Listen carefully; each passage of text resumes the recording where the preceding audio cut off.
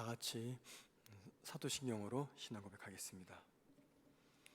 전능하사 천지를 만드신 하나님 아버지를 내가 믿사오며 그 외아들 우리 주 예수 그리스도를 믿사오니 이는 성령으로 잉태하사 동정녀 마리아에게 나시고 본디오 빌라도에게 고난을 받으사 십자가에 못 박혀 죽으시고 장사한 지 사흘 만에 죽은 자 가운데서 다시 살아나시며 하늘에 오르사 전능하신 하나님 우편에 앉아 계시다가 저리로서 산 자와 죽은 자를 심판으로 오시리라. 성령을 믿사오며 거룩한 공예와 성도가 서로 교통하는 것과 죄를 사하여 주시는 것과 몸이 다시 사는 것과 영원히 사는 것을 믿사옵나이다. 아멘. 찬송가 315장 찬양하겠습니다. 315장입니다. 찬송가 315장입니다.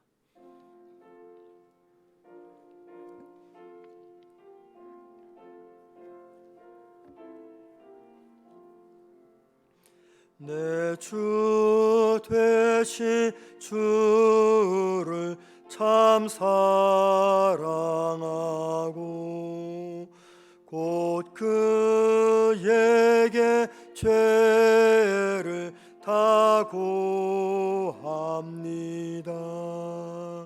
그 은혜를 주신 내 예수시니 이전보다 더욱 사랑합니다. 주 날 사랑하사 구하시려고 저 십자가 고난 당하셨도다. 그 가시관 쓰신 내 주 배우니 이전보다 더욱 사랑합니다. 내 평생에 힘쓸 그 큰 의무는 주 예수의 덕을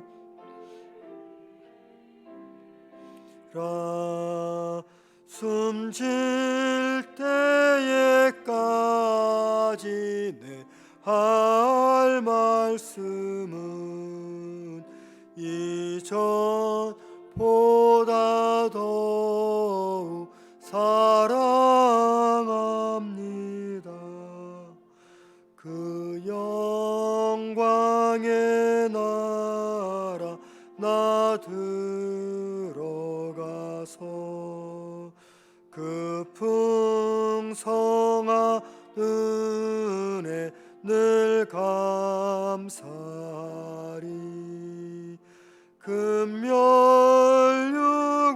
쓰고 나 찬송할 만 이전보다 더욱 사랑합니다. 아멘. 말씀 봅니다. 빌립보서 1장 7절에서 8절입니다.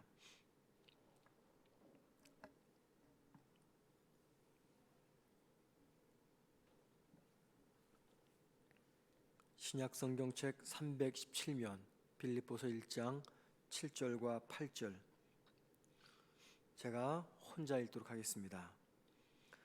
내가 너희 무리를 위하여 이와 같이 생각하는 것이 마땅하니 이는 너희가 내 마음에 있음이며 나의 매임과 복음을 변명함과 확정함에 너희가 다 나와 함께 은혜에 참여한 자가 됨이라. 내가 예수 그리스도의 심장으로 너희 무리를 얼마나 사모하는지 하나님이 내 증인이시니라. 아멘. 우리가 어제는 7절 말씀에 있는 너희가 내 마음에 있음이며 이 문제에 관해서 말씀을 생각해 보았습니다. 바울의 심장에 빌립보 교회 성도들이 있었고 또 빌립보 교회 성도들 마음에 바울이 있었던 목회자와 성도의 관계에 대해서 말씀을 생각했습니다. 오늘은 7절 그 뒷부분에 있는 말씀, 나의 매임과 복음을 변명함과 확정함에 너희가 다 나와 함께 은혜에 참여한 자가 됨이라. 이 말씀에 대해서 잠시 한번 이 새벽에 생각해 보도록 하겠습니다. 바울은 이 7절 뒷부분 말씀 속에서 빌립보 교회 성도들이 자신과 함께 매었고 또 복음을 변명했고 또 확정했다라고 이야기합니다. 세 가지를 말하는데 그 첫 번째가 자신의 매임에 빌립보 교회 성도들이 함께 참여하게 되었다라고 말합니다.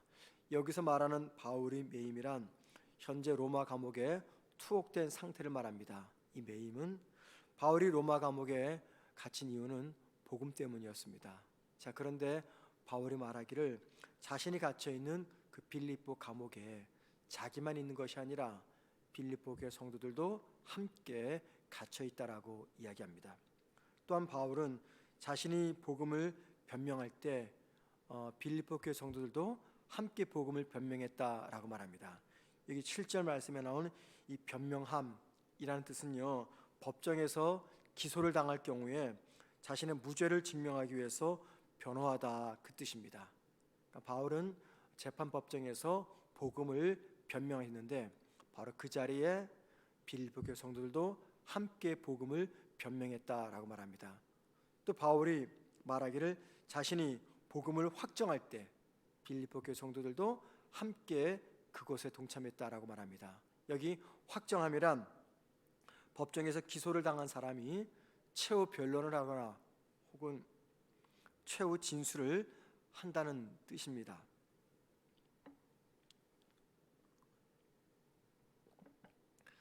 바울은 복음을 변명했고 확정했습니다. 복음 때문에 재판받는 자리에서 바울은 변명하며 진술하기를 기독교의 복음은 로마 제국을 위협하거나 혹은 세상 사람들을 해롭게 하는 잘못된 종교가 아님을 변증했고 진술했습니다. 그리고 바로 그 자리에 바울 홀로 있었던 것이 아니라 바로 빌립보 교회 성도들도 그 자리에 함께 동참했었다라고 말씀합니다. 여러분, 빌립보 교회 성도들은 로마 감옥에 갇힌 적이 없습니다. 또 빌립보 교회 성도들은 복음 때문에 재판을 받은 적도 없습니다. 그런데 바울은 자신을 위해서 기도하며 물질로 동역했던 그 빌립보 교회 성도들의 헌신과 동역, 바로 그것은 단지 물질적인 후원뿐만이 아니라 혹은 기도의 후원뿐만이 아니라 바울과 함께 실제 선교의 현장에서 복음을 전했고 그리고 감옥에 갇힌 것과 같았다라고 말씀합니다. 그리고 바울은 이러한 사실을 7절 끝부분에서 이렇게 표현합니다. 다 같이 7절 끝부분 보시기 바랍니다. 너희가 다 나와 함께 은혜에 참여한 자가 됨이라 라고 말합니다. 바울과 함께 빌립보 교회 성도들은 은혜에 참여한 자가 되었다라고 이야기합니다. 여러분, 지금 바울은 대단히 중요한 이야기를 하고 있습니다. 빌립보 교회 성도들이 자신의 선교 사역을 후원한 것, 그게 함께 감옥에 갇힌 것이고 함께 복음을 변명했고 진술했는데 바로 그것을 가리켜 바울과 함께 은혜에 참여한 것이었다라고 말합니다. 바울은 왜 빌립보 교회 성도들의 선교 후원이 자신과 함께 은혜에 참여한 자가 되었다라고 말씀하는 것일까요? 자, 7절에서 바울은 은혜라는 말을 말합니다. 은혜.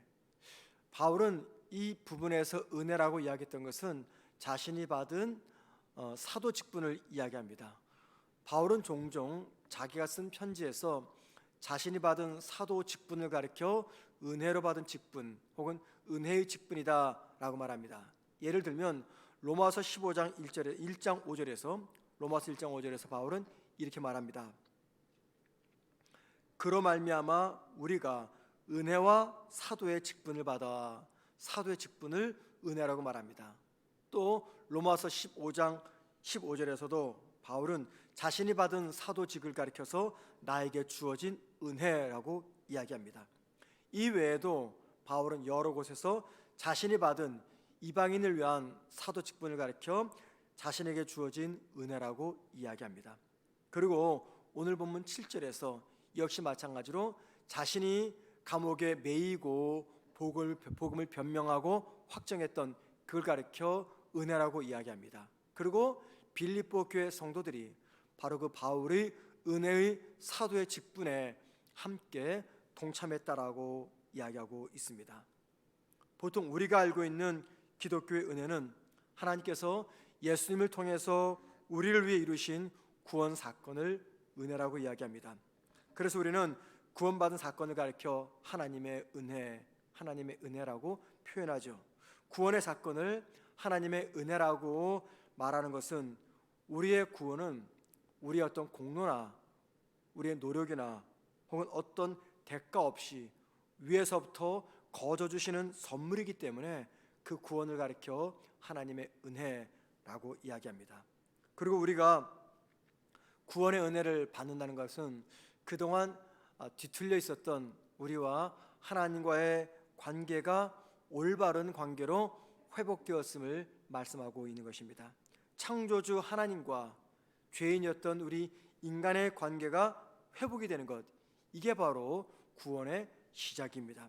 그리고 여러분, 하나님과의 관계가 회복되니까 그동안 하나님에게만 적용되었던 죽음을 극복하는 이 영생의 선물이 하나님과 관계가 회복된 우리에게도 주어지게 됩니다. 그리고 하나님의 은혜로 구원받게 되면 우리에게는 두 가지의 변화 혹은 두 가지의 삶의 새로운 자세가 나타나게 됩니다.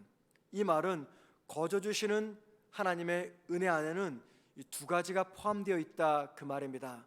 그 첫 번째가 무엇이냐면, 무엇을 하든지 구원받은 성도는 하나님을 의지해야 된다는 것입니다. 하나님의 은혜로 구원의 선물을 받게 되면, 구원을 통해서 나와 하나님과 관계가 다시 회복이 되면 성도는 무엇을 하든지 하나님을 의지해야 됩니다. 이것이 구원받은 자에게 나타나는 첫 번째 변화된 자세입니다. 무엇을 하든지 우리는 하나님을 의지해야 됩니다. 두 번째 변화된 자세는요, 하나님의 말씀에 무조건 순종해야 됩니다. 하나님을 의지하고 하나님 말씀에 순종하는 것, 이것이 은혜로 구원받은 성도가 지녀야 될 새로운 삶의 자세라는 것이죠. 이 두 가지 삶의 자세가 구원의 은혜로 구원받은 성도가 마땅히 해야 될 삶의 본분입니다. 우리와 하나님과의 깨어진 관계를 회복시킨 은혜는 우리를 하나님을 절대적으로 의지하는 사람으로 만들어 놓습니다. 또한 동시에 하나님 말씀에 무조건 순종하는 사람으로 만들어 놓습니다. 여기 하나님 명령에 순종한다, 그 말은 다른 말로 말하면 소명이라고 이야기합니다. 소명. 구원의 은혜를 받은 성도가 절대적으로 하나님을 의지해야 된다. 우린 이 부분은 너무나 잘 알고 있습니다. 그리고 우리에게 힘이 되고 용기가 되고 위로가 되는 말씀이기 때문에 이 말씀을 많이 사랑합니다. 하나님을 의지하자. 그런데 구원의 은혜 안에 이 소명이 포함되어 있다, 이것은 우리가 잘 인식하지는 못합니다. 하나님을 의지하는 것은 알겠는데 구원받은 은혜 속에 소명이 담겨져 있다, 이 말씀은 잘 모릅니다. 바울은 7절 끝부분에서 구원의 은혜 안에는 우리가 반드시 감당해야 될 소망이 포함되어 있음을 강조합니다. 여러분 7절 맨 뒷부분 보십시오. 너희가 다 나와 함께 은혜에 참여한 자가 됨이라.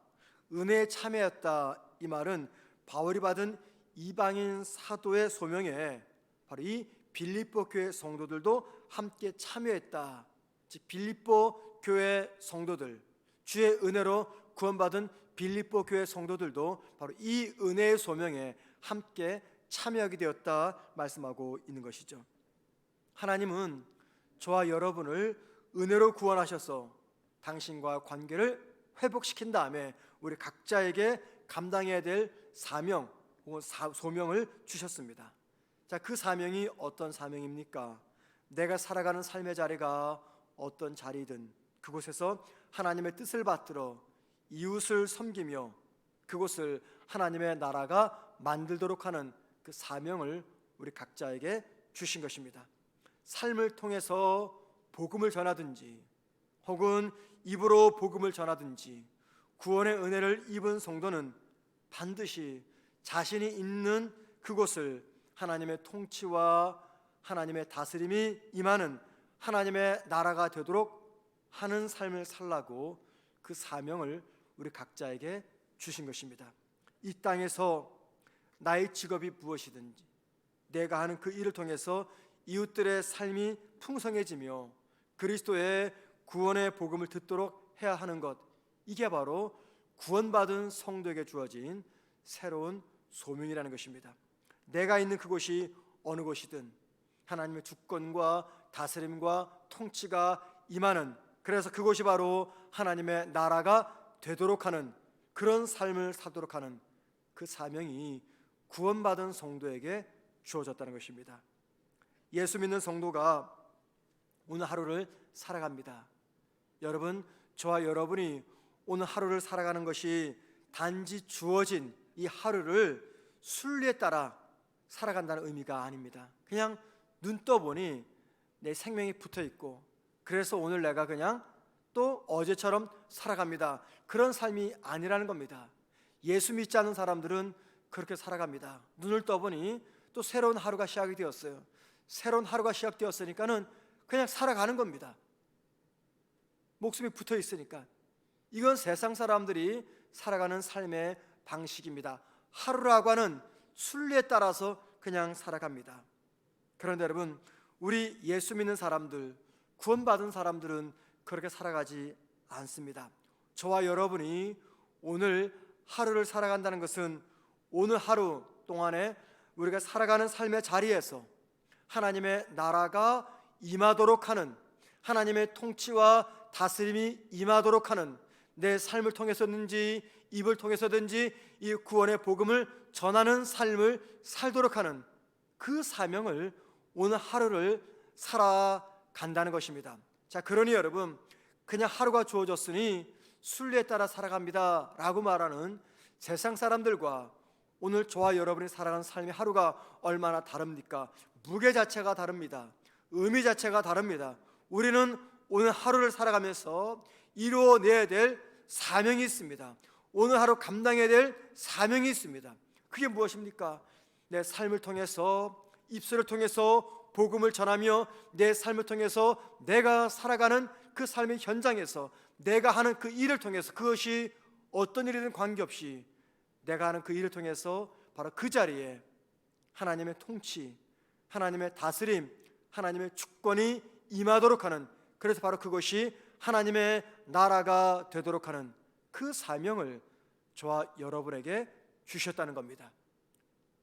위에서부터 임하는 거저 주시는 구원의 은혜를 받은 성도라면 누구도 예외 없이 이 소명을 다 받았습니다. 이 사명을 저와 여러분은 결코 회피해서는 안 된다는 겁니다. 자, 그런 의미에서 오늘 하루 저와 여러분이 살아가는 그 삶의 자리가 어디입니까? 가정입니까? 직장입니까? 세상입니까? 그곳에서 사람을 만나십니까? 무엇을 하십니까? 내가 무엇을 하든지 관계없이, 내가 어느 곳에 있든지 관계없이, 내가 누구를 만나든지 관계없이 내가 하는 그 일을 통해서 주님의 복음을 전함으로, 삶을 통해서든지 입술을 통해서든지 복음을 전함으로 바로 그곳에 하나님의 나라가 임하도록 하는 그런 삶을 살아가야 된다는 겁니다. 왜요? 그것이 바로 은혜로 구원받은 성도에게 주어진 새로운 사명이기 때문입니다. 우리가 받은 은혜 안에는 소명도 함께 담겨 있습니다. 사랑하는 성도 여러분, 은혜 받은 자답게 우리에게 주어진 그 소명을 올바로 제대로 감당하시는 하루가 되기를 주님의 이름으로 축원을 드립니다. 기도하겠습니다. 하나님, 구원받은 우리가 살아가는 삶의 자리에서 하나님의 통치, 다스림, 하나님의 주권이 세상에 드러내므로 하나님의 나라가 확장되도록 하는 삶을 살아가는 귀한 하루가 되게 하옵소서. 오늘 하루도 우리 모든 성도들이 주님과 함께 친밀히 동행하는 하루가 되게 하옵소서. 오늘 수요 예배를 드립니다. 하나님, 우리 모든 성도들 힘을 내서 교회에 모여 함께 주님을 예배하며 피치 못할 사정으로 교회에 오지 못한다면 온라인을 통해서라도 함께 예배 동참하는 은혜를 허락하여 주옵소서. 오늘 하루도 우리 주님의 영광을 위해서 살아가는 한 날 되게 하옵소서. 예수님의 이름으로 기도드립니다. 아멘. 하늘에 계신 우리 아버지여, 이름이 거룩히 여김을 받으시오며 나라의 마옵시며 뜻이 하늘에서 이루어진 것 같이 땅에서도 이루어지리다. 오늘날 우리에게 일용할 양식을 주옵시고 우리가 우리에게 죄진 자를 사하여 준 것 같이 우리 죄를 사하여 주옵시고 우리를 시험에 들게 하지 마옵시며 다만 악에서 구하옵소서. 대개 나라와 권세와 영광이 아버지께 영원히 쌓옵나이다. 아멘. 기도하시겠습니다.